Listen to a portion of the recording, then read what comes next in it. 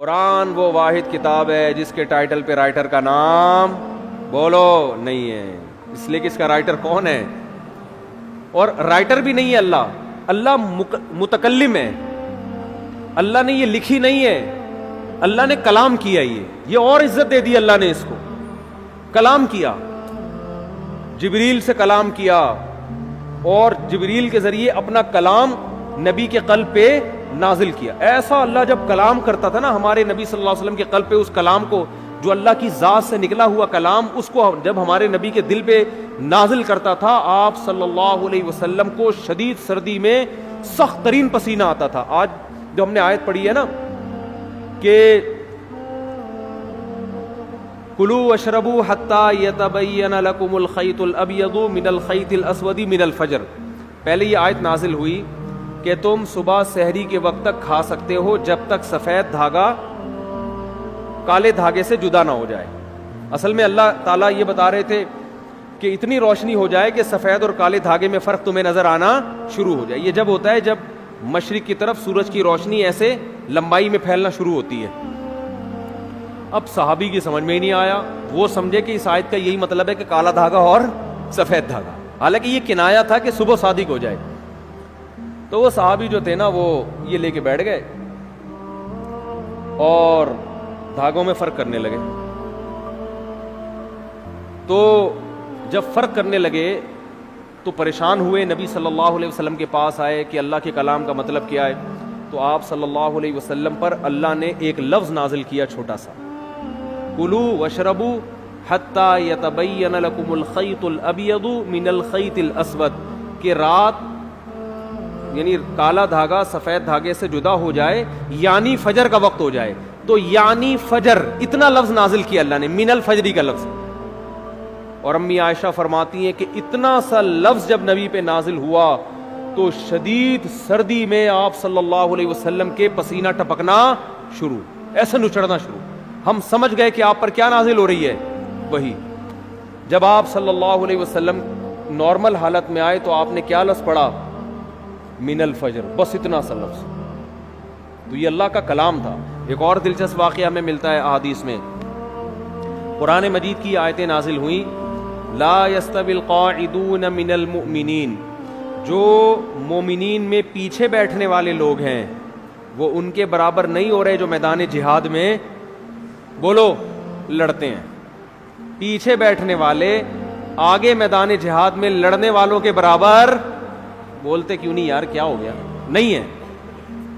وہ لڑ رہے ہیں میدان میں، قربانیاں دے رہے ہیں، تم یہاں پیچھے بیٹھے ہوئے ہو۔ ٹھیک ہے تم نماز پڑھ رہے ہو، زکوٰۃ دے رہے ہو، عبادت کر رہے ہو، لیکن ان سے ایسا تھوڑی ہوا تو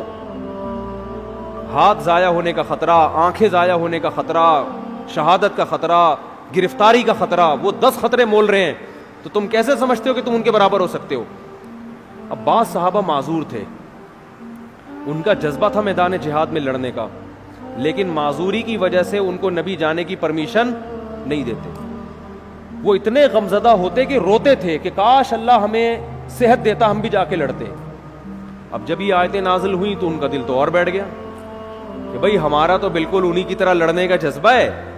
ہمارے بازو میں طاقت نہیں، ہمارے کوئی نابینا تھے، کوئی بیچارے معذور تھے پاؤں سے، کوئی اپاہج تھے،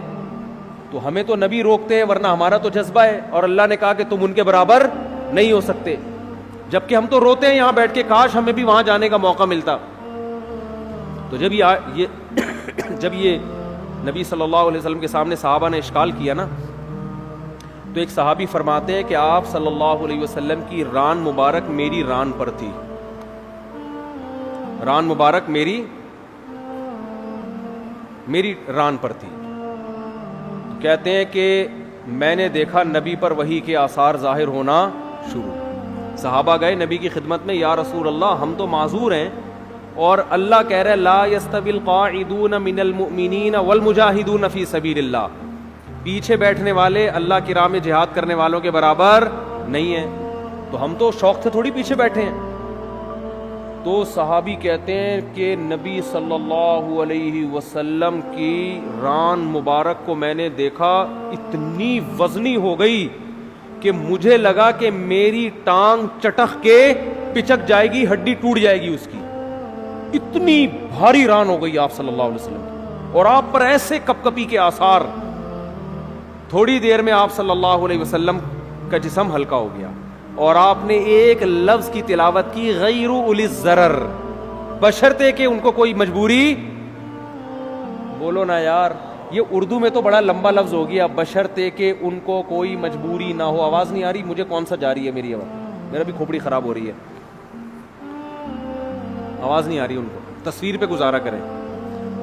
تو غیر اولی الضرر، بشرطے کہ ان کو ضرر نہ ہو۔ اردو میں تو یہ لفظ بہت لمبا ہے، عربی میں غیر اولی الضرر، بس اتنا سا لفظ نازل ہوا ہے اللہ کی طرف سے، اور صحابی کہتے ہیں اتنا جسم بوجھل ہو گیا کہ میری ٹانگ مجھے قریب تھا کہ ٹوٹ کے چٹک کے پچک جائے گی وہ، اور ایسے آپ صلی اللہ علیہ وسلم کے پسینہ نچڑنے لگا جہاں پہ۔ میں یہ سوچتا تھا کہ جب اللہ نے یہ نازل کرنا ہی تھا ہے بھائی، کہ جو پیچھے بیٹھنے والے لوگ ہیں وہ آگے جانے والوں کے برابر نہیں ہے، بشرطے کہ ان کو کوئی معذوری نہ ہو، تو پہلے ہی نازل کر دیتا۔ کیا ہو گیا بھائی، کیا ہو گیا یار؟ تاکہ صحابہ کو اشکال ہی نہ ہوتا۔ صحابی نے آ کے اشکال کیا کہ ہم تو عذر سے بیٹھے ہوئے ہیں،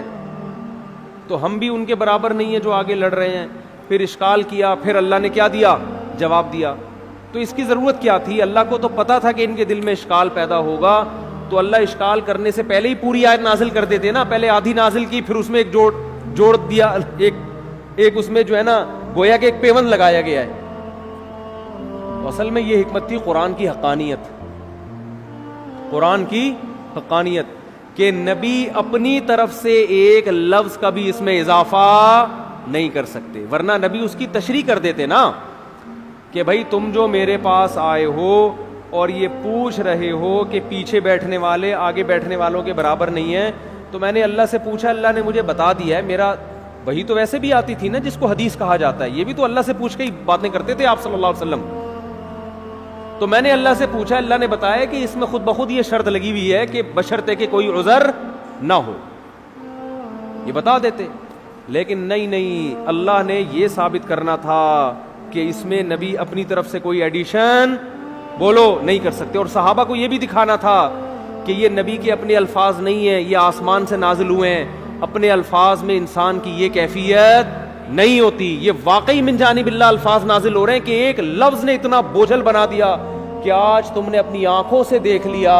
کہ تمہاری ٹانگ ٹوٹ کے ہلاک ہونے والی تھی۔ اس کا مطلب یہ ایک لفظ کا بوجھ ہے جو اللہ کی ذات سے نکلا اور پیغمبر کے قلب پہ